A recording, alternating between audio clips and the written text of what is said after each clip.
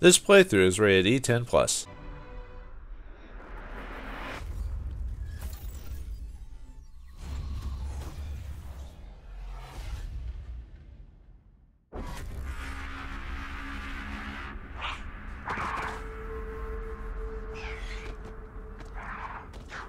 Come on, Stark.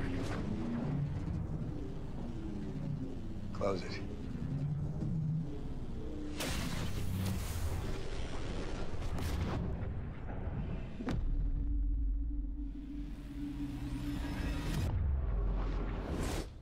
Son of a gun. He's not slowing down.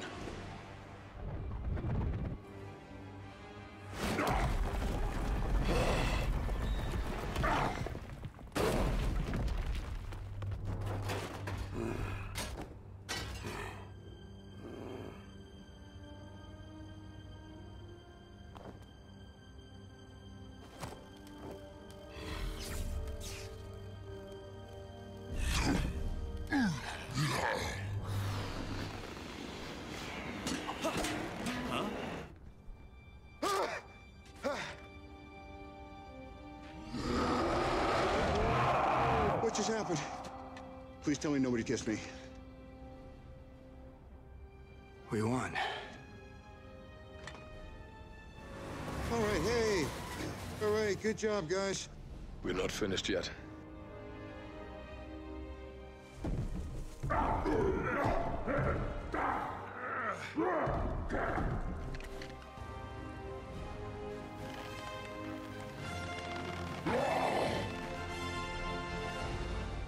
Just in from the station, what has been described as an extraterrestrial attack.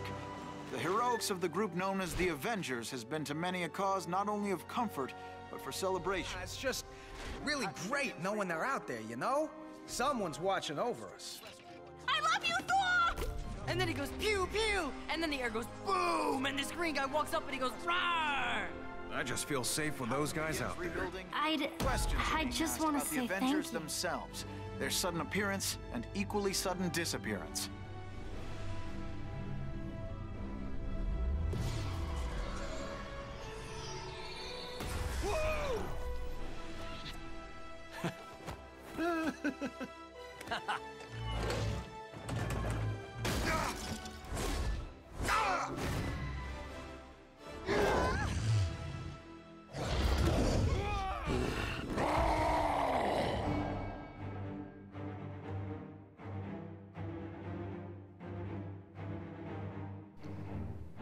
Well, there you go, folks. That's the end of the Avengers storyline for Lego Marvel Avengers. As the game, it's pretty simple. It just takes place during the accompaniment of the movie, so it has all the major scenes and adds in a couple extra ones to kind of fill it out just a bit. It's kind of hard to like rate like a Lego game because a Lego game isn't meant to be super serious. It's supposed to be meant to be like a fun take on a thing where you use like Lego-ish characters to play a story, put stuff together, you know, and then when you replay through old levels, you can, you know, take apart Legos and make your own and customize and stuff like that. But I thought they pretty did a decent job. The only issue I have with it is I'm using the audio from the movie instead of like doing their own in-game voice acting is a little off-putting, I'll admit. Like, you could tell the sound for the voice acting is clearly different from the movie, or clearly different from the game. Not that that's a big deal, it's just a little off-putting. When you hear it, you're like, okay, that's a little odd, but overall, a fun little experience.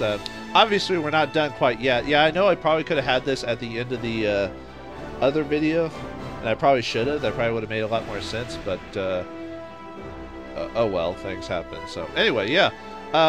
Also, a good chance for me to talk about the movie itself. I severely enjoy the Avengers movie overall. Is like, I wouldn't call it this like great epic cinema, you know, experience. Like, it's not like a movie that'll go down the history as like the greatest movies of all times. You know, it's not that type of movie. It is a what do you call that? It's a meeting where it's basically a movie where like a visitation movie or something like that, where they bring in all these people from all these different things and go, hey, we haven't seen each other in a while, let's do a project together, shake each other's hands and do it. And that's what the Avengers is. It's just a project where all these actors get together and do like one big thing, and then they break apart to do their own things, which is what this is why I like this Marvel Cinematic Universe. But I like the movie overall. It's just a fun movie, just fun, action-packed, plenty of funny bits, you know, stuff like that.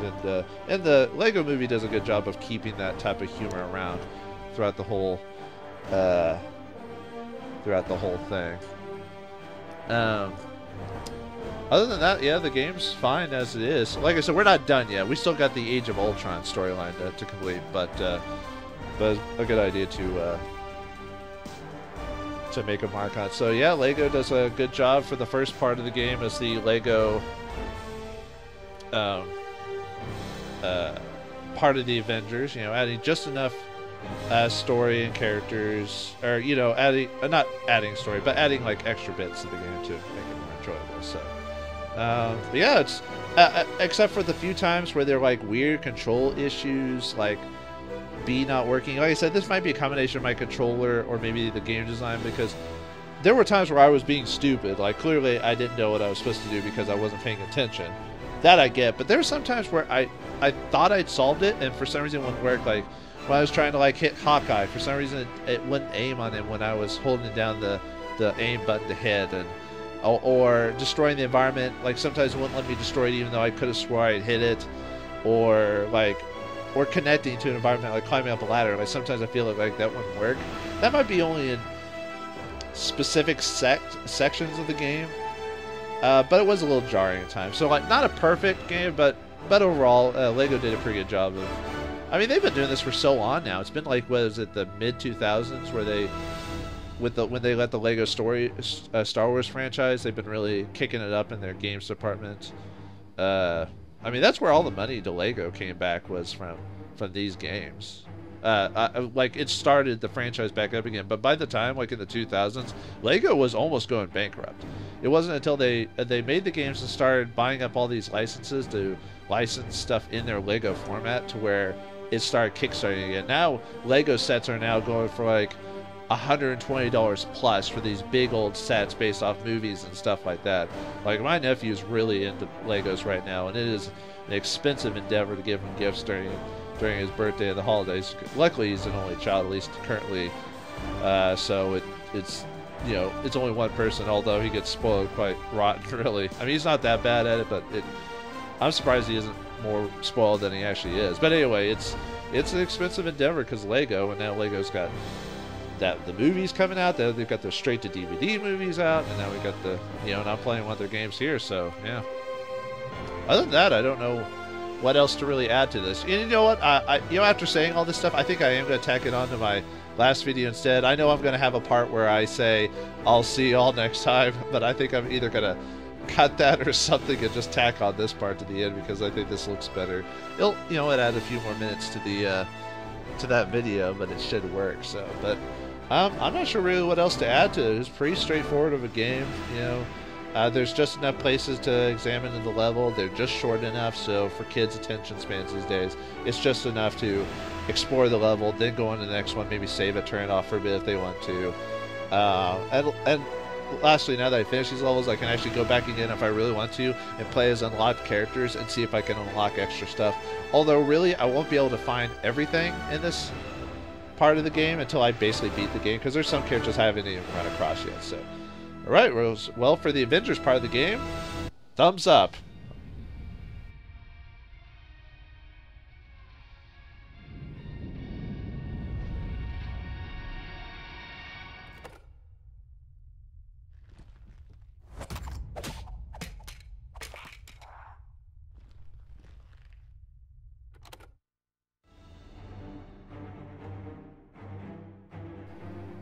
And can't believe the game even does like a little in-game scene for mentioning Thanos playing tapes on his Walkman. I guess that's a reference to Guardians of the Galaxy. So I'm not sure what else to add to the credits right now. Like I said, we haven't even completely beaten the game. We just beat one part of it. We just have to do the Age of Ultron storyline.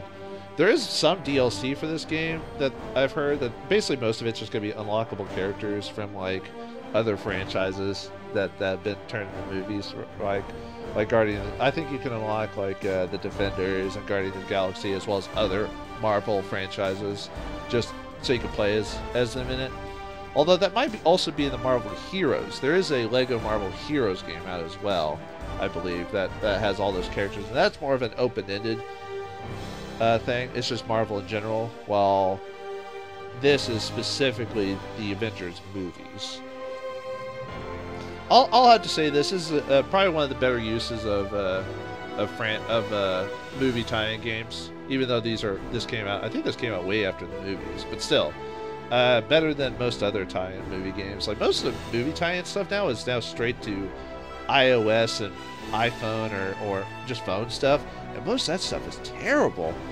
Kids, don't buy the mobile stuff. Look for reviews first, or look up videos online, but don't straight up buy a phone on your phone if you just see it.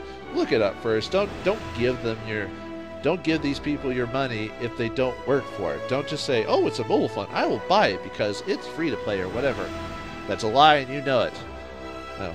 Anyway, other than that, I think I'm going to let the rest of the credits run because I don't really have much else to say about that. I'll add this to the end of the last video, I think, and just let you guys enjoy the music and the credits, and I'll see you all when I do the Age of Ultron story of the game. So I'll see you next time. Thanks for watching, and thanks for watching, True Believers.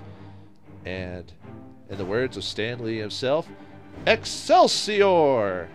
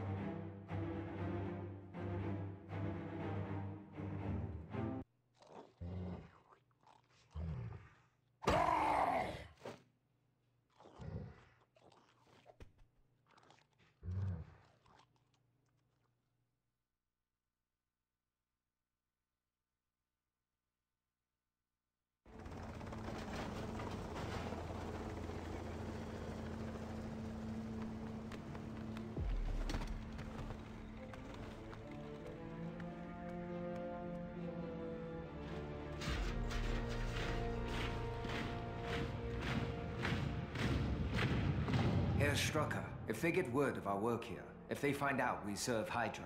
Hydra. Shield. Two sides of a coin that's no longer currency. What we have is worth more than any of them ever knew. Herr Strucker, Fury has released everything to the public. Everything he knows about. Sooner or later, they will meet humans. It's not a world of spies anymore. It's a world of heroes. This is the age of miracles, Doctor. There's nothing more horrifying than a miracle. We need to get the base operational. Shall we get started?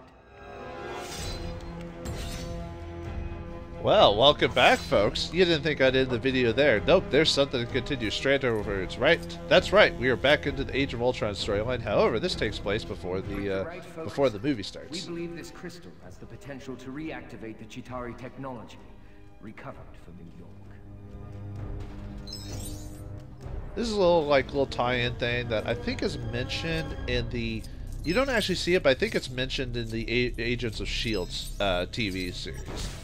Because there was some tie-in stuff from the show, which unfortunately I haven't watched it. I've heard mixed things. I heard some people like it and some people didn't. The show, though, I've heard it's gotten better. Like in this last couple seasons, have actually been pretty good.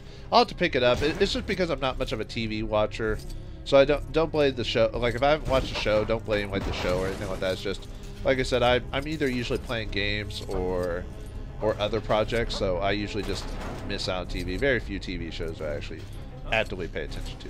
Anyway, we're playing as Dr. Strucker and the other dude, I forgot his name, Dr. List, as we prepare the twins for experimentation, as well as trying to figure out how to use Loki's staff from the Battle of New York episode. So we need to find out a way to get the staff working, get the brother and sister out, and get the statue working. So, okay, so we need to... Okay. Alright, so we got that. That, so we can... Oh, I need Dr. List for that? Huh. Okay, well, alright. Why not? He's the official doctor, while the other guy's just a baron. Yeah. You know, so up here, so go up to Quicksilver, or the brother, also known aka Quicksilver, which in the comics he's the son of Magneto. Unfortunately, because Magneto's owned by the Fox. Well, in terms of movies, Fox owns the movie rights to Magneto, so they cannot mention the twins are the son and daughter of Magneto. So, oh well. Nothing we can do about that. That's just how movie production works, and rights and stuff like that. Yeah, it's kind of crazy, but whatever. I'm not a movie producer, so I don't understand all that, but I think it's kind of dumb. Whatever. Alright, let's put this together. Anyway, yeah, Quicksilver, he's one of the speedier characters. He's basically a speed character. He's all about quick, fast movements. The gateway to the future, and Hydra will be the first to step through. There are other facilities doing Hydra's good work around the world. We'll feed them to Captain America and his colorful friends. Keep them off our scent. Yep, exactly. Anyway, alright, so we need to go back down and put together the little bits and bobs so we can unlock the twins. Alright. I'm actually, I don't know a whole lot about Scarlet Witch or Quicksilver in the comics other than their powers, but I'm a fan of Scarlet Witch just because she has the powers of chaos. That's what she has chaos magic. That means she causes unprobability and weird stuff like that. Locked within him a speed matched only by his fury. So his powers were, according to this, his powers were given to him by the Tesseract and Loki's staff. Really? Huh, the Age of Ultron movie never explains that. I guess that makes sense. They're not supposed to be mutants, they're supposed to be humans. So they got their powers from other sources.